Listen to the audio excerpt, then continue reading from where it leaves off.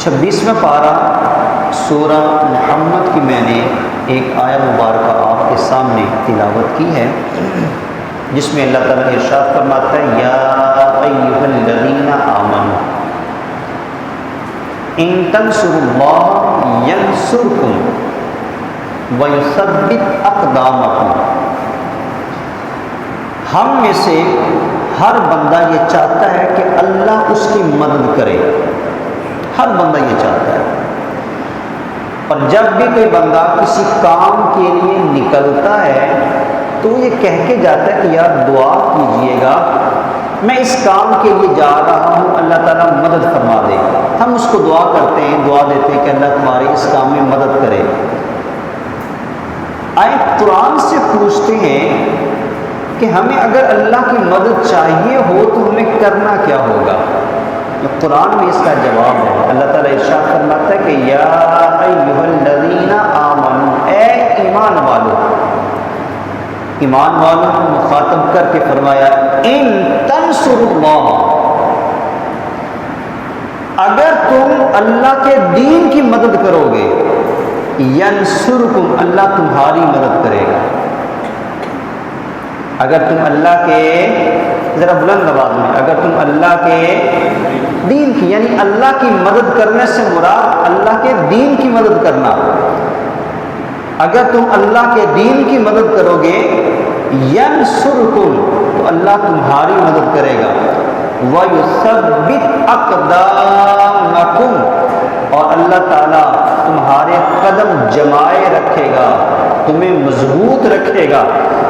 اس کا مطلب یہ ہے کہ رب تعالیٰ کی جو حقیقی مدد ہے، رب تعالیٰ کی جو حقیقی نصرت اور حمایت ہے، اسی بندے کو ملے گی جو رب کے دین کی حمایت کرے گا، جو رب کے دین کی خدمت کرے گا، جو اللہ کے دین کے لیے اپنا وقت نکالے گا۔ اس دنیا میں دینی اعتبار سے دو چیزیں ہمارے لیے ضروری ہیں۔ کتنی چیزیں؟ مجھے آواز نہیں ہے، کتنی؟ دو چیزیں۔ پہلی چیز یہ ہے جو ہمارا ملک ہے اس کی حفاظت بھی ہمارے ذمہ۔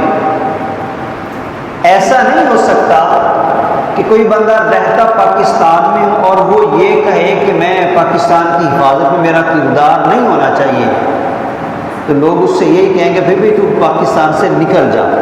اگر تو پاکستان کی حفاظت کے لیے اپنا کردار جو تو تیار ہی نہیں ہے تو پھر تجھے پاکستان میں رہنے کا کوئی حق نہیں۔ اور ایسا بھی نہیں ہو سکتا کہ کوئی بندہ یہ کہے کہ بھئی میں رہوں تو مسلمان لیکن میں اسلام کی حفاظت کے لیے اپنے آپ کو کبھی پیش نہ نہیں کر سکتا۔ اس سے بھی یہی کہا جائے گا پھر آپ اپنے اسلام پہ غور کریں، اپنے ایمان پہ غور کریں، ابھی تمہارا ایمان پکا نہیں ہے۔ جب رہنا مسلمان ہے تو پھر اپنے آپ کو اسلام کی حفاظت کے لیے تیار بھی کرنا ہے۔ جب رہنا پاکستان میں ہے تو پھر اپنے آپ کو اس کی حفاظت کے لیے ذہنی طور پر تیار بھی رکھنا ہے کہ پتہ نہیں کب ضرورت پڑ جائے۔ اس لیے اللہ تعالیٰ ارشاد فرماتا ہے کہ یا ایھا الذین آمنوا اصبروا وصابروا، اے ایمان والو صبر کے ساتھ ڈٹے رہو، ورابطوا، اور اپنی جو سرحدیں ہیں ان کی حفاظت کرو، واتقوا اللہ، اور اللہ سے ڈرو، لعلکم تفلحون، اس امید پر کہ تم کامیاب ہو جاؤ۔ ڈٹے رہنا اور اپنی سرحدوں کی حفاظت کرنا، یہ اللہ تعالیٰ نے قرآن پاک میں ارشاد فرما دیا۔ اب سرحدوں کی حفاظت، علماء کہتے ہیں سرحدیں دو طرح کی ہیں، ایک ہمارے ملک کی سرحد ہوتی ہے اور ایک ہمارے نظریات کی سرحد ہوتی ہے، ہمارے فکر کی، ہمارے عقائد کی ایک سرحد ہے۔ بطور مسلمان ہمیں اپنی نظریاتی سرحد کی حفاظت بھی کرنی ہے، اور بطور پاکستانی ہمیں اپنے ملک کی سرحد کی بھی حفاظت کرنی ہے۔ ابو رجا عمران الطاردی علیہ الرحمہ کہتے ہیں کہ اتیت المدینہ تھا، میں مدینۃ المنورہ میں آیا تو کیا دیکھتا ہوں کہ لوگ ایک جگہ پہ اکٹھے ہیں اور ان لوگوں کے درمیان میں ایک بندہ کھڑا ہوا ہے، اور وہ جو بندہ کھڑا ہوا تھا ایک اور بندہ اس کے سر پہ بوسہ دے رہا ہے، اور اس کے سر پہ بوسہ دے کے یہ کہہ رہا ہے آنا فداؤک لولا انت ہلکنا، ہم سب آپ پر فدا ہو جائیں، اگر آپ نہ ہوتے تو ہم ہلاک ہو جاتے۔ ابو رجا کہتے کہ میں نے کسی بندے سے پوچھا کہ یہ ماتھا چومنے والا کون ہے اور جس کا ماتھا چوما جا رہا ہے وہ کون ہے؟ تو اس ان کو کہا گیا کہ جو ماتھا چومنے والے ہیں وہ عمر فاروق رضی اللہ تعالیٰ عنہ ہے، اور جن کا ماتھا چوما جا رہا ہے وہ ابو بکر صدیق رضی اللہ تعالیٰ عنہ ہے۔ کہا یہ ماتھا چوما کیوں جا رہا ہے؟ کہا کہ چونکہ اسلام پر نبی کریم کے بعد مرتد ہونے کا فتنہ بڑی تیزی سے آیا، لوگوں نے زکوٰۃ دینے سے انکار کر دیا، یہ فتنہ آیا، لوگوں پر یہ فتنہ بھی آیا کہ مسیلمہ کذاب جیسے بندے نے نبوت کا دعویٰ کر دیا، تو ابو بکر صدیق رضی اللہ تعالی عنہ نے ان کا مقابلہ کیا، ان نظریاتی سرحدوں کی حفاظت کی، تو اس کی خوشی میں عمر فاروق رضی اللہ تعالیٰ عنہ ان کا ماتھا چوم کے کہہ رہے ہیں کہ لولا انت ہلکنا، اے ابو بکر صدیق اگر آپ ہماری نظریاتی سرحدوں کی حفاظت نہ کرتے اور اس پہ پہرا نہ دیتے اور اس کے لیے ہمیں تیار نہ کرتے ہم ضرور ہلاک ہو جاتے۔ تو اس کا مطلب یہ ہے کہ جس طرح ملکی سرحد کی حفاظت ضروری ہے، اسی طرح جو ہماری نظریاتی سرحدیں ان کی حفاظت بھی ضروری ہے۔ حضرت عمر فاروق رضی اللہ تعالیٰ عنہ کے دور میں ایک شخص تھا سبیغ نامی، سبیغ بن اسل اس کا نام تھا۔ یہ بندہ عراق کا رہنے والا تھا، اور عراق میں جو مسلم فوج تھی ان کے ساتھ یہ مناظرہ اس نے کرنا شروع کر دیا، اور مناظرہ کس بات پہ کرتا؟ قرآن پاک میں جتنی بھی آیات متشابہات ہیں وہ ان سے پوچھتا کہ یہ قرآن کی آیت ہے۔ مثال کے طور پر میں ایک مثال دے کر آگے بڑھتا ہوں۔ ایک بڑی مشہور آیت مبارکہ انما انا بشر مثلکم، یہ ایک متشابہ آیت ہے۔ اب اس پہ مناظرہ کرنا شروع کر دیا، اور اس کا مقصد کیا تھا؟ مقصد یہ تھا کہ لوگوں کے اندر عقائد کے لحاظ سے کمی بیشی کرنا، توجہ، لوگوں کے اندر عقائد کے لحاظ سے کمی بیشی کرنا، حتیٰ کہ عمر بن عاص رضی اللہ تعالیٰ عنہ کو جب پتہ چلا نا تو انہوں نے اس بندے کو گرفتار کر کے مدینہ المنورہ بھیج دیا، اور ساتھ تفصیل سے خط لکھا حضرت عمر فاروق رضی اللہ تعالیٰ عنہ کو کہ یہ بندہ لوگوں کے عقائد خراب کرنے کی کوشش کر رہا ہے۔ آپ نے اسے بلوا کر آپ نے اس کو سزا دی، اتنا مارا کہ اس کے جسم سے خون بہنا شروع ہو گیا۔ آپ نے اس کو قید کر دو۔ جب اس کے زخم صحیح ہو گئے دوسری مرتبہ پھر بلایا اس کو، پھر اتنا مارا کہ اس کے جسم سے پھر خون نکلنا شروع ہو گیا، پھر اس کو قید میں ڈال دیا۔ جب دوسری مرتبہ اس کے زخم صحیح ہوئے تو جب وہ تیسری مرتبہ لایا گیا نا سزا جب اس کو دی جا رہی تھی، تو وہ حضرت عمر فاروق سے کہتا ہے کہ اے امیر المومنین، اگر تو مجھے آپ قتل کرنا چاہتے ہیں تو پھر قتل کر دیں، لیکن اگر آپ مجھے ایک موقع دینا چاہتے ہیں تو پھر مجھے ایک موقع دیں، میں اپنی آپ کی اصلاح کروں گا۔ آپ نے واپس اس کو عراق بھیجا، اور آپ نے ایک رکا لکھا، خط لکھا کہ کسی بندے کو اس کے ساتھ بیٹھنے کی اجازت نہیں ہے، کسی بندے کو اس کے ساتھ بات کرنے کی اجازت نہیں ہے۔ جب وہ عراق واپس آیا، وہ جہاں بیٹھتا لوگ اٹھ کے چلے جاتے، وہ جس کے ساتھ بات کرنا شروع کرتا وہ منہ موڑ کے چلا جاتا، حتیٰ کہ حضرت ابو موسیٰ اشعری رضی اللہ تعالیٰ عنہ کے پاس آیا تو آپ نے جب اس کو دیکھا نا تو آپ نے اپنا منہ موڑ لیا۔ تو یہ سبیغ نامی بندہ کہتا ہے کہ حضرت میں توبہ کرنا چاہتا ہوں، مجھے پتہ کہ میں نے غلط کام کیا، مجھ سے غلطیاں ہوئی ہیں، میں توبہ کرنا چاہتا ہوں۔ آپ نے اس سے سارا احوال پوچھا کہ کیوں کرنا چاہتے ہو، کیا جب آپ کو پوری تسلی ہو گئی، آپ نے دوبارہ رکا لکھا حضرت عمر فاروق کے نام، اور آپ نے سارا حال احوال لکھا۔ پھر حضرت عمر فاروق رضی اللہ تعالیٰ عنہ نے اجازت دی کہ ہاں اب یہ بندہ توبہ طائب ہو گیا ہے، اب مسلمان اس کے ساتھ گفتگو بھی کر سکتے ہیں، اس کے ساتھ بیٹھ بھی سکتے ہیں۔ اب اس کا مطلب کیا ہے؟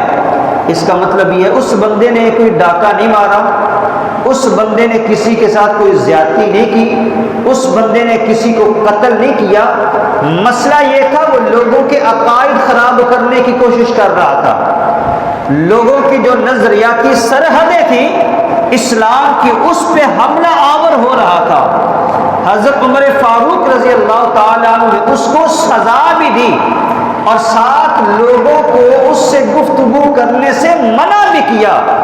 اس کا مطلب یہ ہے ہر وہ بندہ جو ہمارے عقائد خراب کرنے کی کوشش کر رہا ہے، چاہے وہ ہمارے اسلام کا لبادہ اوڑھ کر ہمارے سامنے آ جائے یا قادیانیت کا لبادہ اوڑھ کر ہمارے سامنے آ جائے، ہمیں سختی سے منع ہے اور ہمیں قطعی طور پہ اجازت نہیں ہے اس کے ساتھ بیٹھنے کی، اس کے ساتھ بات کرنے کی اور اس سے اعراض کرنے کا، منہ موڑنے کا حکم ہے۔ یہ حضرت عمر فاروق رضی اللہ تعالیٰ عنہ کے اس رویے اور عمل سے ہمیں پتہ چلتا ہے۔ اور اس سے یہ بھی پتہ چلتا ہے کہ حضرت عمر فاروق بیٹھے مدینہ المنورہ میں ہیں، خط عراق میں لکھ رہے ہیں، اور آپ کے عدل کا عالم دیکھیں اور آپ کی بات کتنی مانی جاتی تھی یہ عالم دیکھیں، بیٹھے مدینہ المنورہ میں ہیں اور ان کے ایک خط کی وجہ سے لوگوں نے اس بندے سے بات کرنا چھوڑ دی۔ پورے علاقے میں اس کو کوئی بات کرنے والا نہیں ملا، پورے علاقے میں اس کو اپنے ساتھ بیٹھنے والا نہیں ملا۔ یہ حضرت عمر فاروق رضی اللہ تعالیٰ عنہ کی حکمرانی کا عالم ہے۔ اللہ تعالیٰ دوبارہ عالم اسلام کو ایسا قوی، مضبوط اور امانت دار حکمران عطا فرمائے کہ جو جہاں بھی بیٹھا ہو، جہاں حکم دے اس کے حکم کی تعمیل کی جائے۔ بہرحال جس طرح حضرت ابوبکر صدیق رضی اللہ تعالیٰ عنہ نے مسلمانوں کے نظریاتی سرحدوں کی حفاظت کی، اور آپ نے بتایا کہ ایک مسلمان کے لیے ملک کی سرحد بھی ضروری ہے اور اسی مسلمان کے لیے اپنے عقائد کی حفاظت بھی ضروری ہے، اور اسی طرح حضرت عمر فاروق رضی اللہ تعالی عنہ نے بھی یہ چیز بتائی کہ جس طرح ملک کی سرحد ضروری ہے، اسی طرح اسلام کی جو سوچ ہے، اسلام کی جو نظریات ہیں ان کی حفاظت بھی ضروری ہے۔ آگے 6 ستمبر آ رہا ہے، پاکستان 6 ستمبر کو یوم دفاع مناتا ہے۔ کیا مناتا ہے؟ بلند آواز، مجھے آپ کی آواز نہیں آ رہی۔ 6 ستمبر کو یوم، اور بلند آواز میں، 6 ستمبر کو یوم دفاع منایا جاتا ہے۔ 1965 کی جنگ میں جس طرح پاکستان نے اپنی ایمانی قوت کے ساتھ اپنے دشمن کو چنے چبوائے، وہ عالم اسلام میں اپنی ایک تاریخ ہے۔ 11 ستمبر کا ایک واقعہ آپ کو سنانا چاہتا ہوں۔ 11 ستمبر کو ایک بندہ مدینہ المنورہ میں بیٹھا ہوا ہے، روضہ رسول پر، مسجد نبوی کا جو خادم ہے وہ آتا ہے اور آ کر پوچھتا ہے کہ آپ میں سے کوئی پاکستان سے موجود ہے؟ ایک بوڑھا سا بندہ کہتا ہے جی میں موجود ہوں۔ کہا آپ پاکستان سے ہو؟ کیا جی میں پاکستان سے ہوں۔ کیا آپ میجر ضیاء الدین عباسی کو جانتے ہیں؟ اس نے کہا جی میں ان کا والد ہوں۔ میں کیا ہوں؟ بلند آواز میں کیا ہوں؟ یہ جو میجر صاحب ہیں یہ 1965 کی جنگ میں یہ شہید ہو گئے تھے، اور ان کو ضیاء الحق کی طرف سے تمغہ شجاعت، تمغہ جرت ان کو ملا تھا، اور جب ان کے والد وہ تمغہ لینے کے لیے آرمی چیف کے پاس گئے نا، تو انہوں نے پوچھا کہ آپ کی کوئی خواہش ہے تو ہمیں بتائیں، تو انہوں نے کہا تھا کہ میں عمرہ کرنا چاہتا ہوں، تو پھر سرکاری طور پر ان کے والد کو عمرہ کے لیے بھیجا گیا۔ تو مسجد نبوی میں موجود ہیں، خادم مسجد نبوی تشریف لے کے آتے ہیں اور آ کر پوچھتے ہیں کہ پاکستان سے کوئی ہے؟ کہا جی میں موجود ہوں۔ کہا میجر صاحب کو کوئی جانتا ہے؟ کہ میں اس کا والد ہوں۔ کہا چند دن پہلے میں نے خواب دیکھا کہ نبی کریم صلی اللہ علیہ وسلم تشریف فرما ہیں، اور نبی کریم صلی اللہ علیہ وسلم کے ساتھ آپ کے صحابہ بھی موجود ہیں، اور مجھے یوں لگا کہ جیسے نبی کریم صلی اللہ علیہ وسلم کسی کا انتظار فرما رہے ہیں۔ کہا ابھی یہ میں سوچ ہی رہا تھا کہ پتہ نہیں کس خوش نصیب کا حضور انتظار کر رہے ہیں۔ ادھر سے حضرت علی المرتضیٰ رضی اللہ تعالی عنہ ایک بندے کو ساتھ لے کے آتے ہیں، جس کے بارے میں مجھے پتہ چلتا ہے کہ یہ میجر ضیاء الدین عباسی ہے، اور نبی کریم اس کا استقبال کرتے ہیں، اور نبی کریم صلی اللہ علیہ وسلم فرماتے ہیں کہ اس کو جنت البقیع میں دفن کرنا ہے۔ یہ 1965 کی جنگ ہے کہ جس جنگ میں روحانی طور پر نبی کریم صلی اللہ علیہ وسلم کی خصوصی توجہ پاکستان پہ تھی۔ یہ ایسے تو 1965 میں پاکستان نہیں نہ جیتا، بلکہ میں تو یہ سمجھتا ہوں کہ جس طرح غزوہ بدر میں مسلمانوں کو اللہ نے فتح یاب کروایا فرشتوں کے ذریعے سے، بہت ساری روایات ایسی ہیں اور واقعات ایسے ہیں کہ جس سے پتہ چلتا ہے اللہ کے جو اولیاء ہیں وہ اس جنگ میں بنفس نفیس شامل تھے، اور ان کی مدد سے رب تعالیٰ نے مسلمانوں کو یہ فتح عطا فرمائی ہے۔ اور ہم لوگ یہ سمجھتے ہیں کہ پاکستان یہ جو ہمیں ملا ہے یہ پتہ نہیں کیسے مل گیا، نہ یہ بات قابل توجہ ہے۔